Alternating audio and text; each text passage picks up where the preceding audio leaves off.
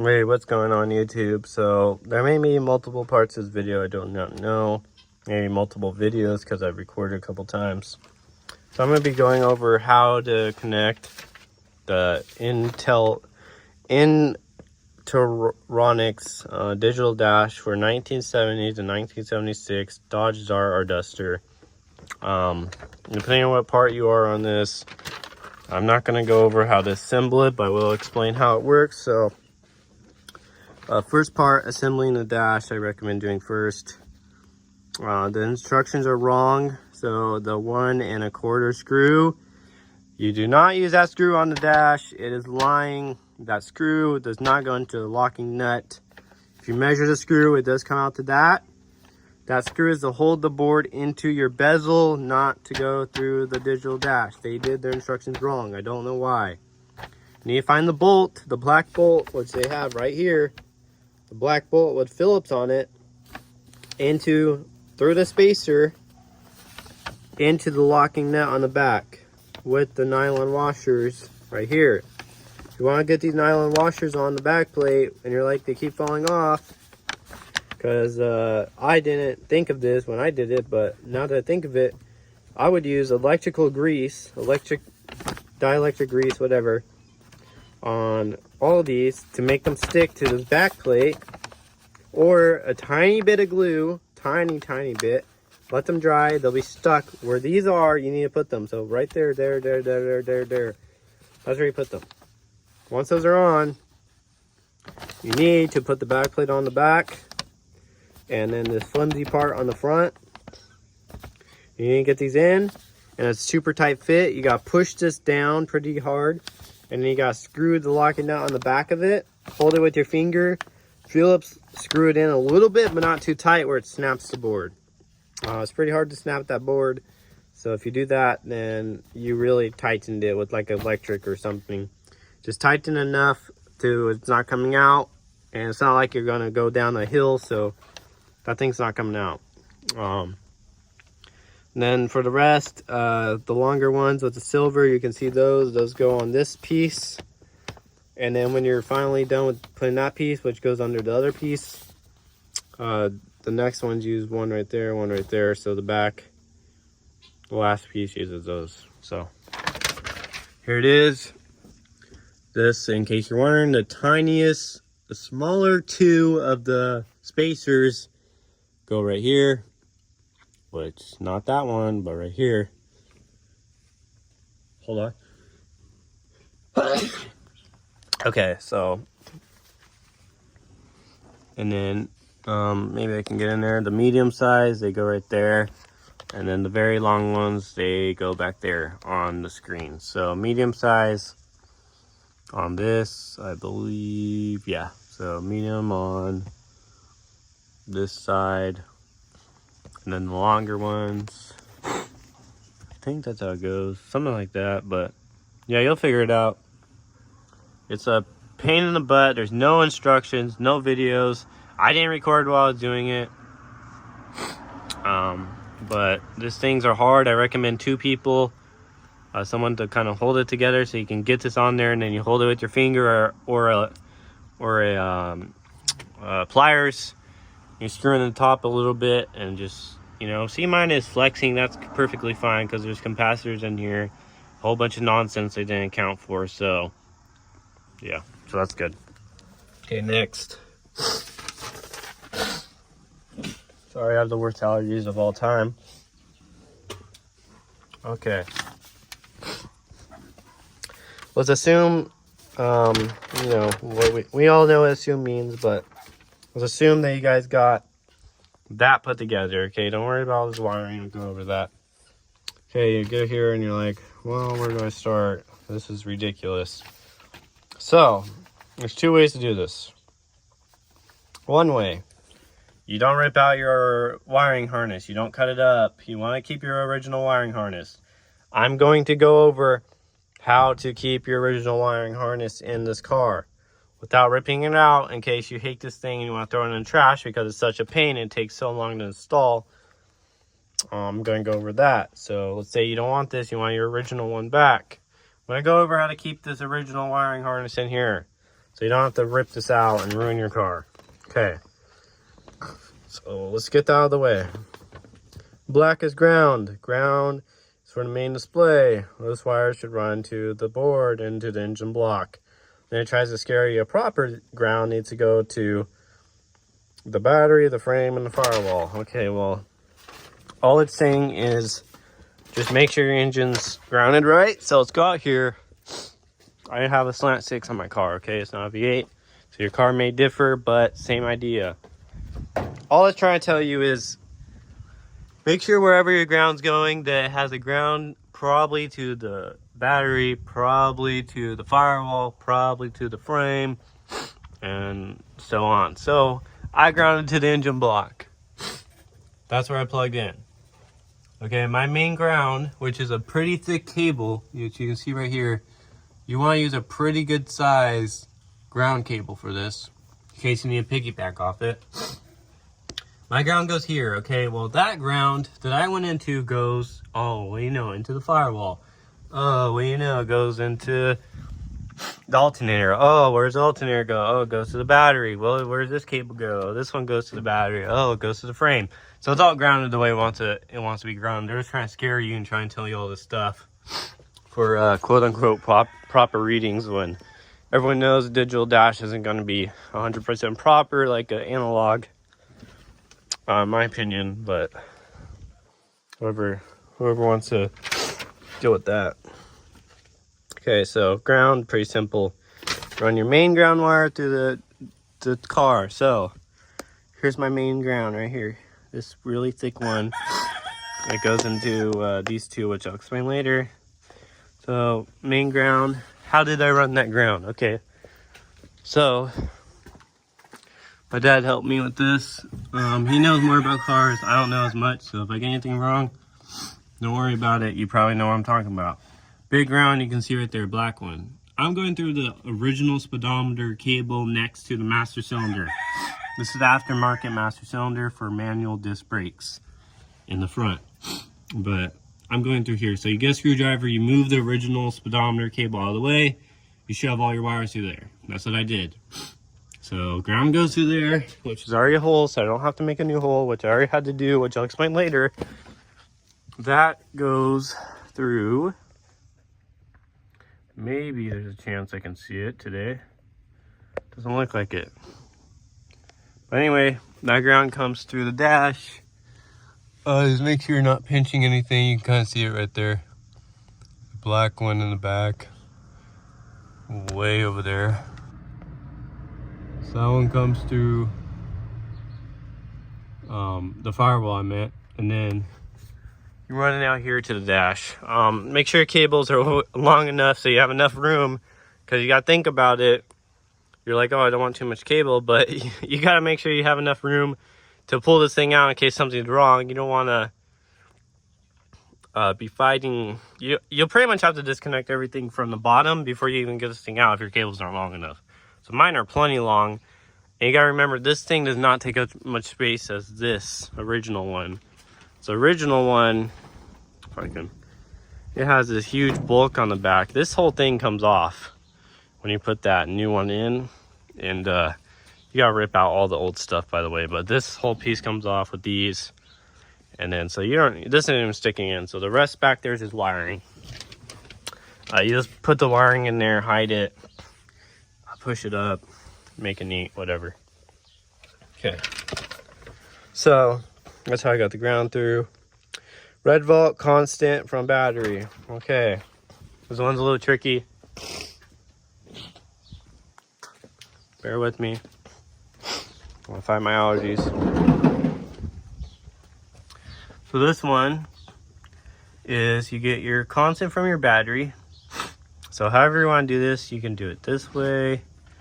You can do it this way. You can do it through here. You can literally just put it on here, whatever.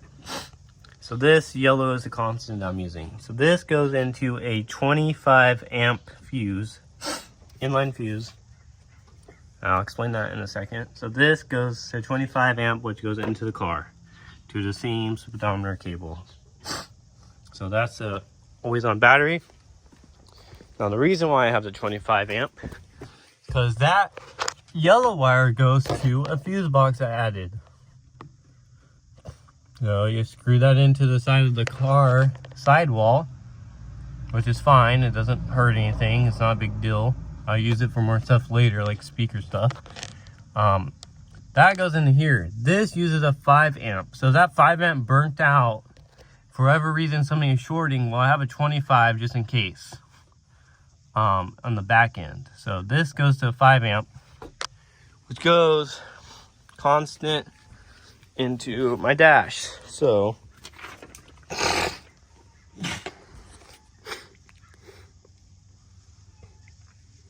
goes from the battery, 5 amp.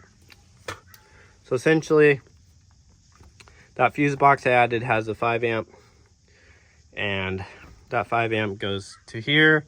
But before the 5 amp fuse box, there is a 25, so I can add more fuses in there. That's the long story short. So I can piggyback off that as much as I want. Okay, so that's how you do that part. Let's go next on the list. Oh, the accessory one. So how did I do the accessory one? Well, long story short, I haven't yet fully done it, but I'll show you how I got it working. Accessory. So accessory one is power when your key is forward 1 or 2 clicks, whatever your car does, which mine is probably 2 because it's a little messed up, and backwards 1 click. Okay, so accessory. This is accessory one I have. So this is a cheater way to do a inline fuse. So as you can see, 2 connectors. Those connectors fit on the fuse.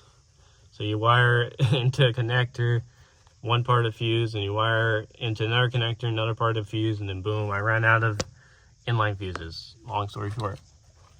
So how does that work?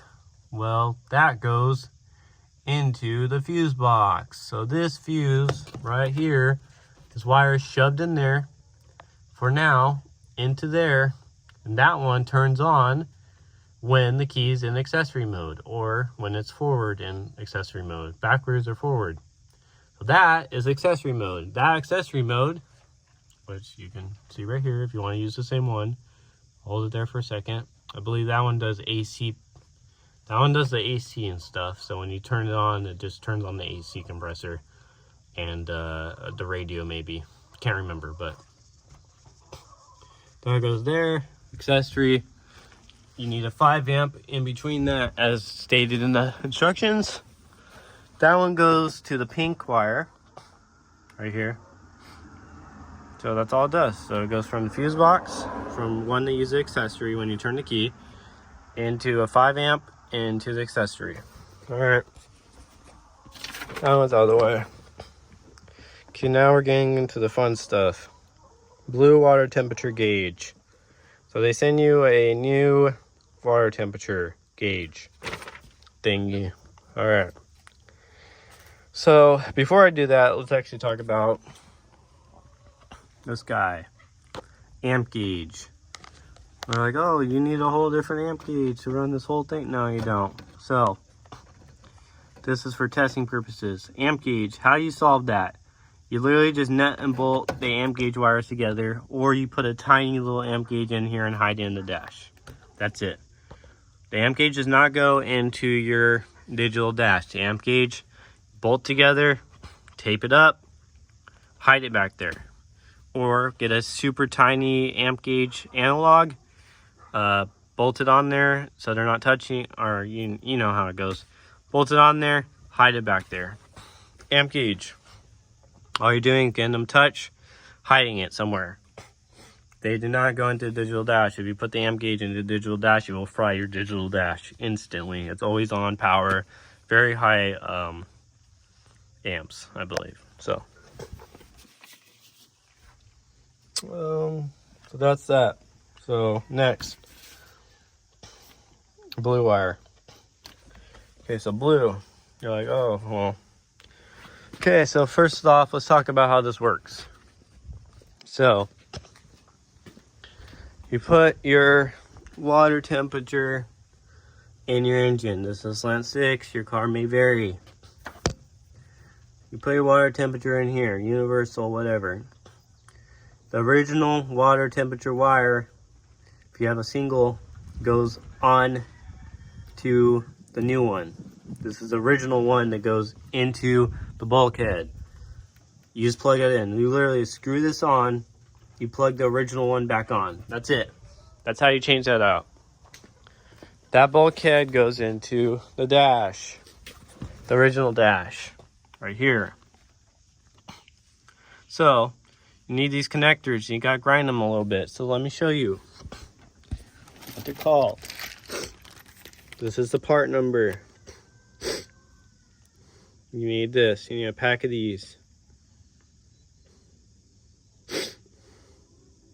Okay, so take a good look at that. So you get a whole bunch of these. These go into the original revolver type style plug that goes in the original dash. You get them. Okay, so this is one I modified. You grind it to a little bit of a taper. So you can see here. It's tapered. You just get a grinder or a file. A little bit of a taper so it fits in here fine. Okay, so now let me see if my example piece is here. So you get that tapered, right? I recommend you get another wiring harness for testing if you don't have it. No big deal. Let me show you. So you get that tapered. Going over here because I'm not gonna mess with my stuff right now on my car, just for example reasons, because I don't really care about this wiring harness. So you get this, you get tapered, right? So this has letters on it, so I'll explain what those letters mean in a minute. So when it's tapered, literally all you do, you connect your digital dash wire to it by crimping, and then you shove that in there. Boom. This one's even crimped already, so you kind of see how it goes. You shove that in your original wiring harness. You don't have to cut this off like they say you need to or whatever. Make sure when you're putting this in, you put electric grease on it, and you twist it in, and you hold the back wire that you're pushing in so you don't pop it out, because these are Molex style. You can get a little screwdriver and widen those. Make sure your battery's disconnected. So you pop this in here. You make sure your wire's crimped here. Okay. So you're like, oh, how do I know which one to plug into? Let me get this out. This one's all messed up anyway. Okay, well. Okay, so you're like, how do I know which one to plug into? That, so I'm going to show you right now. So, okay.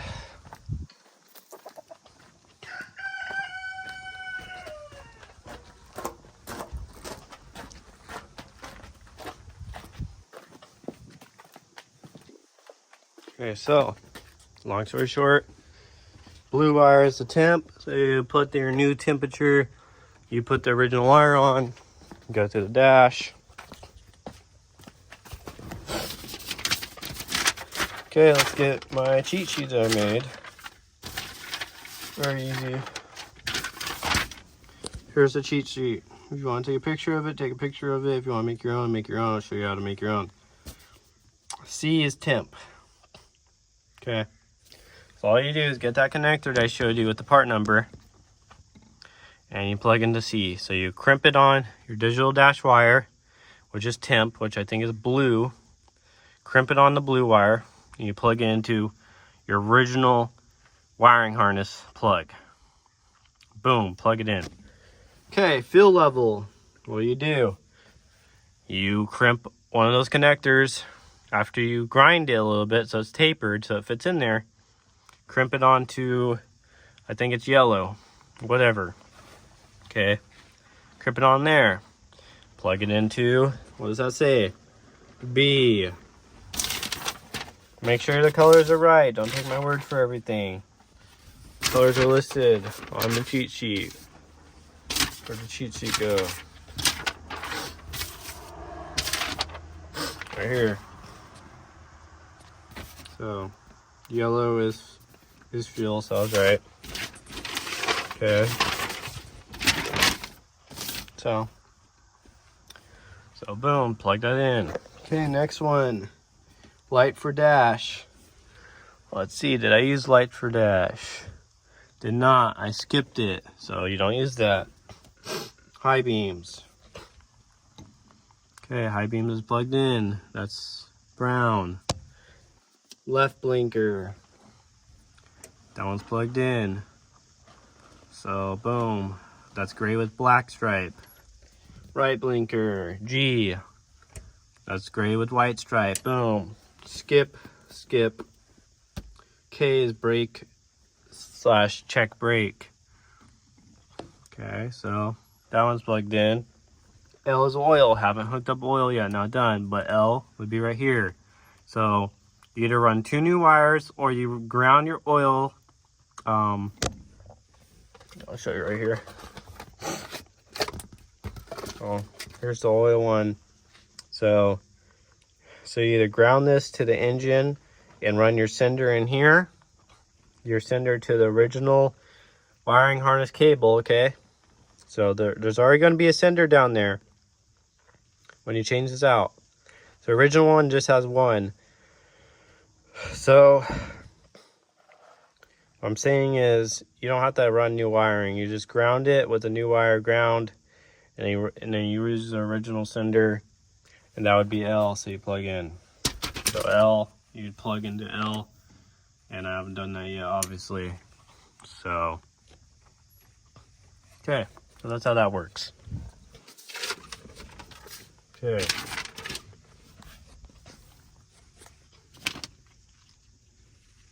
So, tack. Let's go over tack. Let's make sure I'm not missing anything. So, if you want to know how to trace your own circle thing, if yours is different for whatever reason, all you do is get your original dash. So the top is pointing at A. So remember, this is pointing at A. This is A, notch. So this is A, B, C, D, blah, blah, blah. Trace it out. All I did was, okay, this is H. Traced it. Boom, break. Once you just turn this over, you just hold your hand on it. Okay, boom, trace it over. Okay, that's all you do. Just trace these little things. It's that easy. Just boom. There's nothing online that'll show you how to do that. You just gotta know how to do that. My cheat sheet should be right. If it's not, let me know, but I've gotten it working, which I'll show you in a second. Okay. So tack. How does tack work? So if you have an ignition coil separate, green wire goes to the negative side. So the tack is high, I guess high noise cable. So how did I run that? I ran that separate in here. This firewall plug not being used. I might be for a clutch. I don't know what that plug's for, but it's not being used. I poked a hole in it with a poker. Okay. Ran the green wire separate from every other cable. Not along these cables. Separate. Okay, the green wire goes boom, boom. Goes right here to the negative side, like that. Which is already grounded, I believe. It goes into the car through that hole. You can see down there, it goes through the hole. So I did green, and green goes in the green. I made my own connector, green goes in the green, boom. Make sure you use connectors that cover themselves, not exposed. So boom, tack done. That's it. If you have an 8-cylinder engine, it's already set for 8. If you have a 6-cylinder, you gotta mess with these little buttons up here. You put the car in accessory mode. You click these buttons until you find the one that changes the cylinder amount. Pretty easy, straightforward. Here's the one I'm gonna use. Way worse condition. I'm gonna paint it, fix it up. So to fix these, they already have the texture in the metal behind them. So you use paint remover, remove all this stuff, all this paint, Then you just paint over it with brown, and then you'll automatically get textures. So how does this work? So you get your bezel. You have to tear everything off. So use a drill to drill out these little holders. Even the plastic covers. All this you take off. Everything. Except the wiper wash, lights. This car had a special, so this is a 74. Yours may not have these. So fasten seat belt was in 74 as a test they did. They wanted so that you could not start the car unless your seat belt was plugged in. If you tried to start the car, it would trip something in the engine bay. You'd have to go out and reset it with the switch. This one is called EGR, which is engine gas recirculation. This is meant to be better fuel economy and lower engine temps. I don't know if it actually worked, but it grabs exhaust and gas and recirculates it. That one is not on this dash. This is another 74 dash. Has seat belt. If you don't have a 74 and you don't have EGR, you're gonna have all this clean and just have these three. These, who cares about them? Disconnect the seatbelt thing. Didn't care about it. Don't care about that. EGR, I don't really care about that. EGR, I'll show you what that is. Here's the EGR, just recirculates the gas. So, cool. Don't really care about fuel economy when I want to go fast anyway eventually. Okay, so tear everything out. Be careful when you're doing this if you're using your original dash. Okay, so you put the new one you built, you disconnect the battery, you put it in here, you drop the steering column. To drop the steering column is these right here. So there's two on each side, this one and this one. Do not do these. These are really touchy and they're hard to get back in, and you will strip them like I did. No reason to do this. These are all that holds it from dropping. Put blocks behind your car. Park does not work when you drop it. Emergency brake, pull that. Blocks behind your car. Drop the steering column if you haven't already, which you probably had to because you can't get this out unless you drop it. Drop it. Go down a little bit. You put this in there. You line it up. It actually clicks in, so this part, even on the plastic, on the new one, has this. And then you screw in with the screws they gave you. So they gave you a couple screws. I actually broke mine off, so don't over tighten. This will happen. These things are 50 years old at least, or 48 years old at the least. So be careful. I'm probably gonna grind this off right here, these studs. I don't know if they're helping me get it in, but yeah, so you put it on, you screw it in. After it's screwed in and it's all put on, you just insert that into there and you screw it in with your original screws and you're done. That's how you do the electric dash, a digital dash for 1970 and 1976 Duster or Dart. This is a 74 Duster, so this is all it is. It's a slant 6 single barrel with EGR. It's nothing special, nothing fast. Probably like 50, 60, 70 horsepower. So yeah, there you go. So you do that. Let me know if you have any questions in the comments, and I'll reply best I can. This is the best I could do in the video. This was an entire nightmare to do. It's worth it when it's done after you see it for about a week. After you finish it the first day, you're gonna think it wasn't worth it. You pick your poison, however you want to do it. If you want to do your own wiring harness, do that. But that's it for the video. Thanks for watching.